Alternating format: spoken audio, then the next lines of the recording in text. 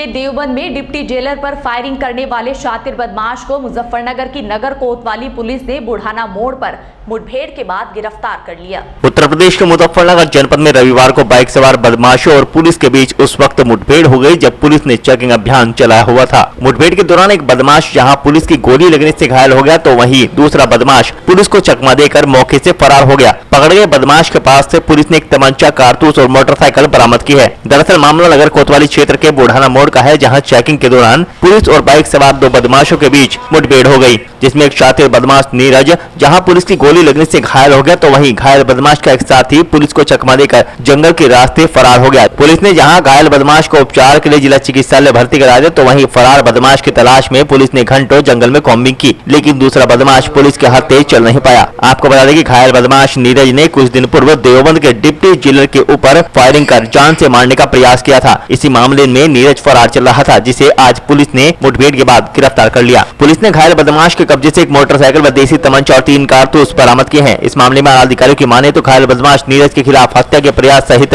लगभग आधा दर्जन मुकदमे विभिन्न थानों में दर्ज हैं। मोड़ चौकी है, बुढ़ाना रोड है, वहाँ पे पुलिस चेकिंग करा रही थी तो इमीडिएट पुलिस को एक इनपुट मिला कि 2 लड़के इधर से मोटरसाइकिल से आ रहे हैं और जिनके पास कुछ अवैध हथियार हो सकते हैं। पुलिस ने चेकिंग जब करना शुरू किया तो जैसे ही ये रजवाई की पुलिया है जो बुढ़ाना शाहपुर बुढ़ाना रोड पे है, पुलिस को देखते ही जैसे ही पुलिस ने रोकने का प्रयास किया तो उन्होंने पुलिस के ऊपर फायर किया और रजवाई की पटरी की तरफ वो भागे। पुलिस ने जब जवाबी फायरिंग में पुलिस ने भी अपनी तरफ से जवाबी फायरिंग की तो एक बदमाश को टांग में गोली लगी, जिसके पास से एक तमंचा, 2 जिंदा कारतूस, एक खोखा जो कि पुलिस के ऊपर फायर किया था, एक मोटरसाइकिल जिस पर कोई नंबर नहीं पड़ा हुआ है वो बरामद हुई है और जो दूसरा साथी था वो गन्ने के खेत में भागा है, जिसके हम लोग कॉम्बिंग कर रहे हैं।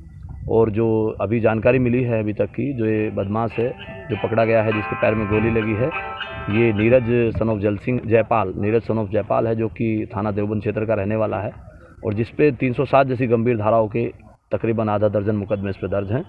और अभी जो देवबंद में एक बहुत ही गंभीर घटना हुई थी, डिप्टी जेलर के ऊपर जानलेवा हमला किया गया था, उनके ऊपर फायरिंग की गई थी, उसी घटना में ये वांटेड भी चल रहा था। क्या मुजफ्फरनगर में किसी घटना को अंजाम देने आए थे या कहीं शरण लेने आए? बिल्कुल हो सकता है कि मुजफ्फरनगर में किसी घटना को अंजाम देने का मकसद हो। इस बिंदु पे हम लोग गहनता से जांच कर रहे हैं और इसमें गहनता से पूछताछ करेंगे, जो भी इसमें बिंदु हैं उन सबको निकालेंगे। क्या रिकॉर्ड क्या है इसका, क्रिमिनल रिकॉर्ड? इसके ऊपर SC/ST 307 जैसी गंभीर धाराओं में तकरीबन आधा दर्जन मुकदमे दर्ज हैं और ये कंटिन्यू 2013 से कंटिन्यू अपराध कर रहा है। रिकवरी क्या हुई? इसके पास से अभी एक तमंचा और एक मोटरसाइकिल जो बिना नंबर की है वो बरामद हुई है। मुजफ्फरनगर के भोपा रोड पर IIA चैप्टर मुजफ्फरनगर द्वारा होली मिलन पारिवारिक उत्सव मनाया गया, जिसमें मशहूर कलाकारों ने अपनी प्रस्तुतियां दी। IIA का होली मिलन पारिवारिक उत्सव सभी IIA परिवार के साथ धूमधाम से वृंदावन गार्डन में मनाया गया, जिसमें टीवी या यूट्यूब के मशहूर कलाकार जावेद इकबाल सोनी, फरमान व भूरा ढोलकिया को सबने खूब सराहा। चैप्टर चेयरमैन विपुल भटनागर व सचिव मनीष भाटिया ने होली के गीतों पर अपनी शानदार प्रस्तुति दी और सभी का मन मोह लिया। IIA सदस्य परिवार की ओर से विजय कुमार, नीलम सिंगल व सक्षम अग्रवाल ने गीत गाए। कार्यक्रम का शुभारंभ चैप्टर चेयरमैन विपुल भटनागर व फेडरेशन के अध्यक्ष रजनीश कुमार, मनीष भाटिया, अनुज स्वरूप बंसल, पंकज जैन, पवन गोयल, सुधीर गोयल, मनीष जैन आदि ने संयुक्त रूप से दीप प्रज्वलित करके किया। IIA के चेयरमैन विपुल भटनागर ने सभी को होली की शुभकामनाएं दी। इस पर नवनिर्वाचित विधायक कपिल देव अग्रवाल का IIA परिवार की ओर से भव्य स्वागत किया गया। कपिल देव अग्रवाल ने कहा कि IIA में बहुत पुराना सदस्य हूँ, आप सभी का प्यार, सहयोग और आशीर्वाद उनके लिए सदा रहा है। इंडियन इंडस्ट्रीज एसोसिएशन के मुजफ्फरनगर चैप्टर का आज होली मिलन पारिवारिक कार्यक्रम है और IIA परिवार के सभी सदस्य अपनी फैमिलीज़ के साथ होली का जो पर्व है उसे मनाने के लिए, उस हर्षोल्लास का ये पर्व होता है, उसे मनाने के लिए एकत्र हुए हैं और बहुत सारे कार्यक्रम, सांस्कृतिक कार्यक्रम, कुछ बाहर से कलाकार, कुछ बॉलीवुड के कलाकार हमारे बीच में आए हुए हैं, उनका हम कार्यक्रम का आनंद लेंगे और बाद में हम फूलों की होली खेलेंगे। मुजफ्फरनगर के गांधी कॉलोनी में भारत तिब्बत सहयोग मंच का तृतीय त्रैमासिक प्रशिक्षण शिविर आयोजित किया गया।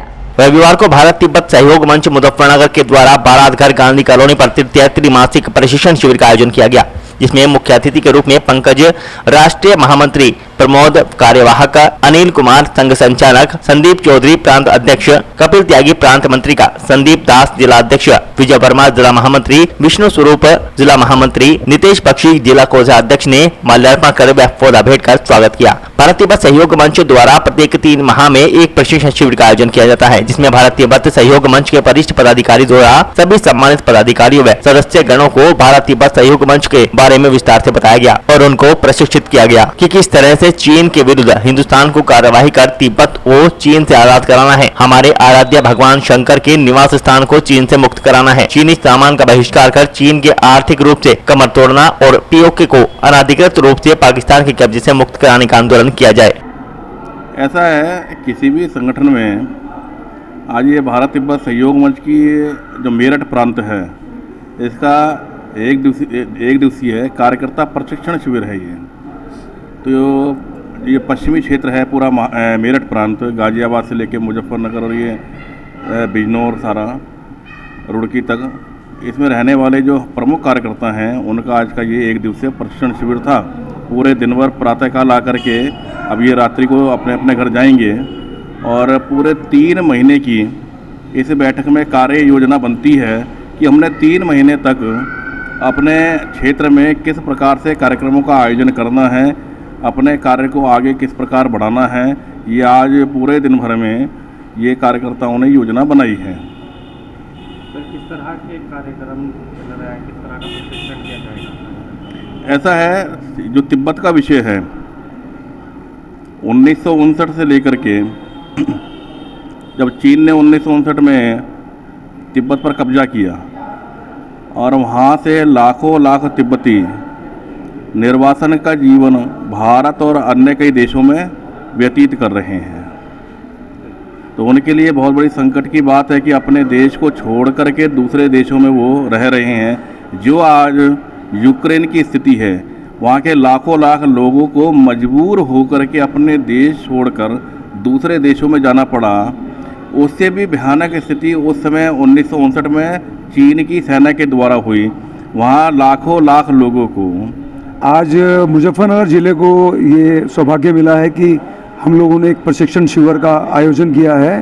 तो इसमें हमारे पूरे प्रांत के लगभग 12 जिलों से सब लोग आए हैं, करीब 150 लोगों की संख्या है और इन सब लोगों को आज प्रशिक्षण शिविर में भारत तिब्बत सहयोग मंच के बारे में बताया जा रहा है। हमारे इसके मुख्य अतिथि आज के माननीय पंकज गोयल जी, जो हमारे राष्ट्रीय महामंत्री जी हैं, वो हैं। और हमारा भारत तिब्बत सहयोग मंच समय समय पर तिब्बत को आज़ाद कराने के लिए आंदोलन करता रहता है। ये इसका मुख्य उद्देश्य है कि किसी भी तरह से तिब्बत को आज़ाद किया जाए चीन से, जिससे कि एक बहुत बड़ा जो हमारा रक्षा बजट है, जो हम बॉर्डर पे खर्च करते हैं पैसा, उस पैसे को हम बचा सकते हैं। और इसके अलावा दूसरा उद्देश्य हमारा यह है कि हमारे आराध्य भगवान शंकर जी का जो निवास स्थान है, जो कि कैलाश मानसरोवर पर्वत है, उसको हमें चीन के कब्जे से मुक्त कराना है, जिसके लिए हम समय समय पर आंदोलन करते हैं। और ये सब खबरें, सारा आंदोलन पूरे आसपास के ज़िलों में, सहारनपुर में, मेरठ में, गाज़ियाबाद में, पूरे हिंदुस्तान में होते हैं। ये सूचनाएं, ये खबर फिर विश्व पटल पे जाती हैं, इंटरनेशनल न्यूज़ पे जाती हैं।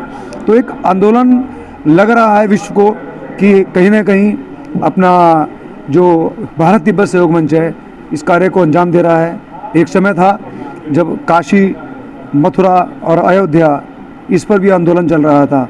अयोध्या के बारे में लोग कहते थे ये तो हो ही नहीं सकता है, लेकिन हम लोगों ने इसको आंदोलन को जीवित रखा और आज हमारा अयोध्या में मंदिर भी बना है।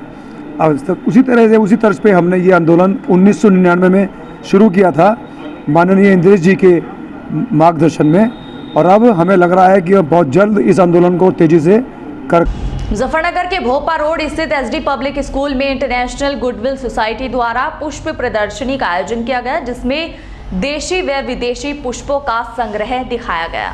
इंटरनेशनल गुडविल सोसाइटी द्वारा आयोजित पुष्प प्रदर्शनी में विदेशी और देशी पुष्पों के अनूठे संग्रह ने मन मोह लिया। प्रदेश के राज्य मंत्री व नगर विधायक कपिल देव अग्रवाल ने संस्था के अध्यक्ष सुरेंद्र अग्रवाल के प्रयास की सराहना की। उन्होंने सभी से नगर के विकास में सहयोग की अपील की। एसटी पब्लिक स्कूल रोडवेज में आयोजित प्रदर्शनी में प्रसन्न अग्रवाल, मूलचंद रिसोर्ट के पीयूष अग्रवाल, अनुराग अरोड़ा, श्रीराम कॉलेज के doctor SC. Kulshreshtha, GC public school doctor Ashok Kumar, Rakesh Bindal, Sandeep Agarwal, Gulshan chemicals, CK. Jain आदि मौजूद रहे। इस दौरान मुख्य अतिथि के रूप में पहुंचे नवनिर्वाचित विधायक कपिल देव अग्रवाल ने सभी के समर्थन का आभार जताया।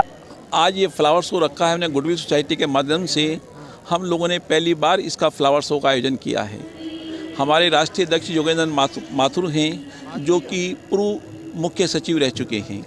हम लोग 25 वर्षों से मुजफ्फरनगर में सामाजिक कार्य, होली मिलन, कुछ गरीबों के लिए कुछ ना कुछ कार्य होते रहते हैं।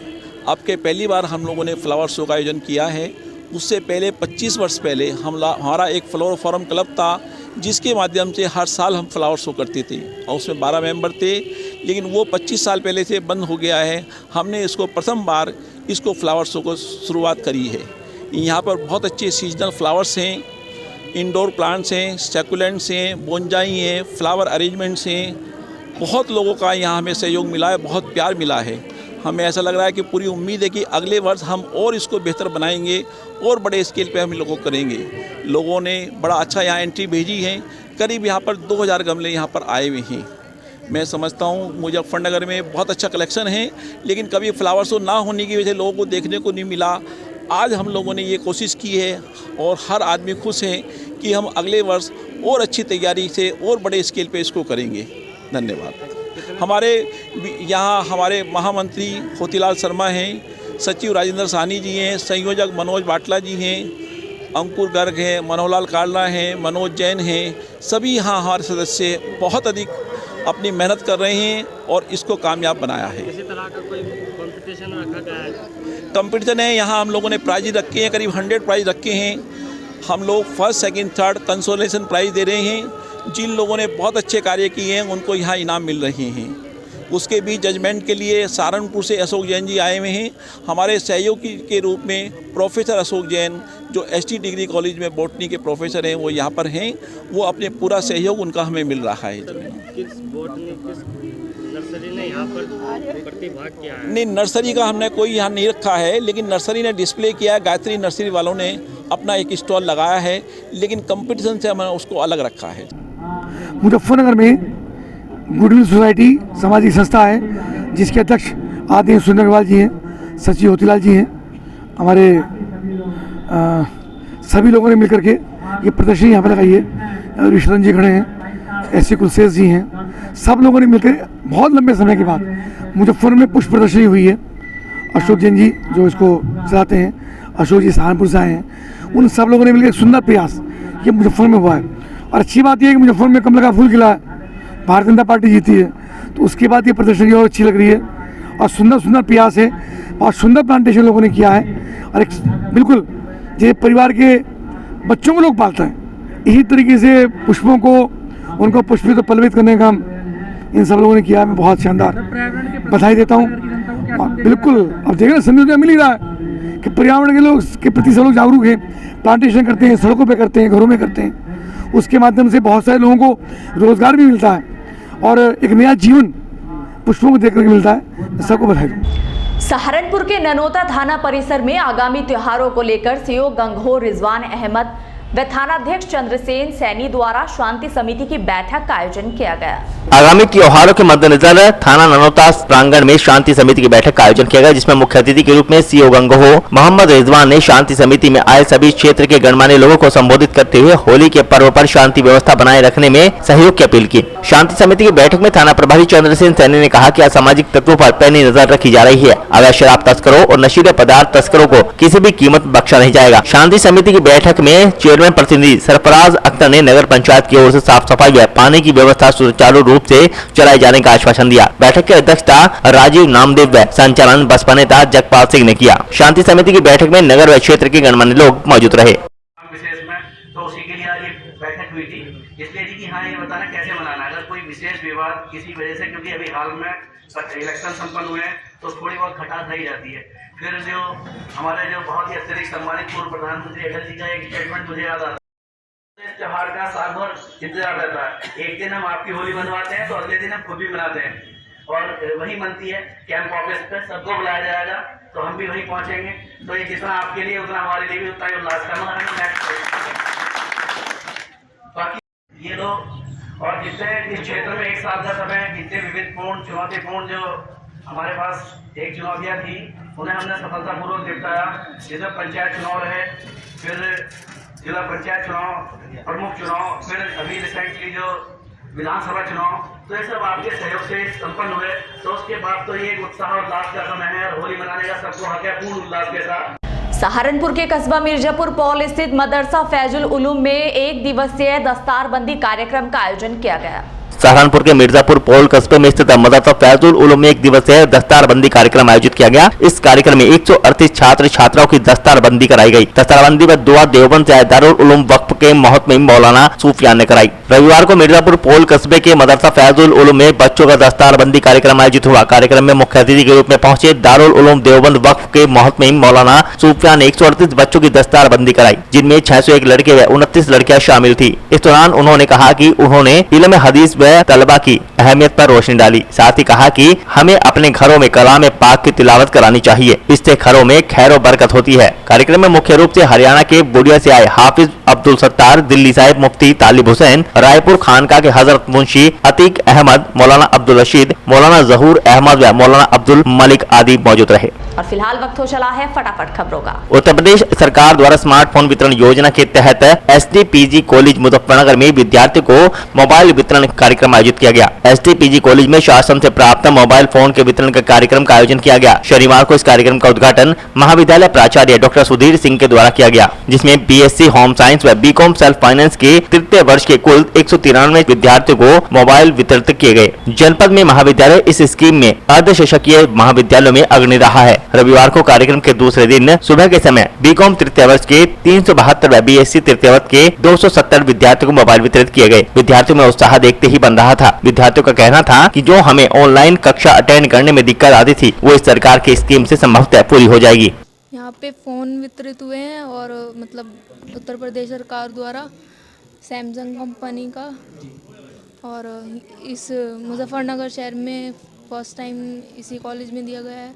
क्या कहना चाहेंगे आप सरकार के? हमारे पास मतलब अभी तक तो फ़ोन नहीं था, अब फ़ोन मिला है तो हमारी पढ़ाई में भी बहुत मदद होगी। सरकार को किस तरह धन्यवाद देना चाहेंगे? उन्होंने फ़ोन दिया है तो उनके लिए। यहाँ पर कॉलेज के जो स्टूडेंट्स हैं वहाँ पर फ़ोन मिला है सैमसंग कंपनी का, ऐसा कभी पहले नहीं हुआ है। और इस फ़ोन को मिलने के बाद जो भी बच्चों को परेशानी होती हैं उनको क्लास लेने की या ऑनलाइन क्लास होती है जो, तो वो सारी दिक्कतें ख़त्म हो जाएंगी इस फ़ोन को मिलने के बाद। और आज तक ऐसे पहले कभी नहीं हुआ है कि ऐसे फ़ोन दिए जा रहे हैं, तो हम उनका बहुत बहुत धन्यवाद। पाठ्यक्रम की छात्रा है? कॉमर्स। B Com final year. बीते दिनों लॉकडाउन रहा, उस वक्त क्या व्यवस्थाएं रही फोन ना होने की वजह से? वो ऑनलाइन क्लासें चलती हैं तो उससे बहुत सारी परेशानी होती है, बच्चे पढ़ नहीं पाते हैं, तो फ़ोन से ही सारी लॉकडाउन में उससे ही सारी चीज़ें होती हैं। और तब फ़ोन था आपके पास? हाँ था, पापा के फ़ोन से कर लेते हैं। पापा के फ़ोन से तब आप लॉकडाउन में अपनी पढ़ाई जारी रख रहे थे, अब फ़ोन मिल गया, किस तरह का अनुभव हो रहा है? तो हमें बहुत खुशी है कि हमें फ़ोन मिला है, हम अपनी क्लासें टाइम से देख। हमारे महाविद्यालय में कल से ये प्रोग्राम स्टार्ट हुआ था और जो 3 दिन तक चलना है। कल हमने BCom सेल्फ फाइनेंस और BSc होम साइंस के बच्चों को मोबाइल का वितरण किया था, और आज सुबह की शिफ्ट में BCom 3rd ईयर के बच्चे और शाम को BSc 3rd ईयर के स्टूडेंट जो हैं उनको मोबाइल मिलेगा।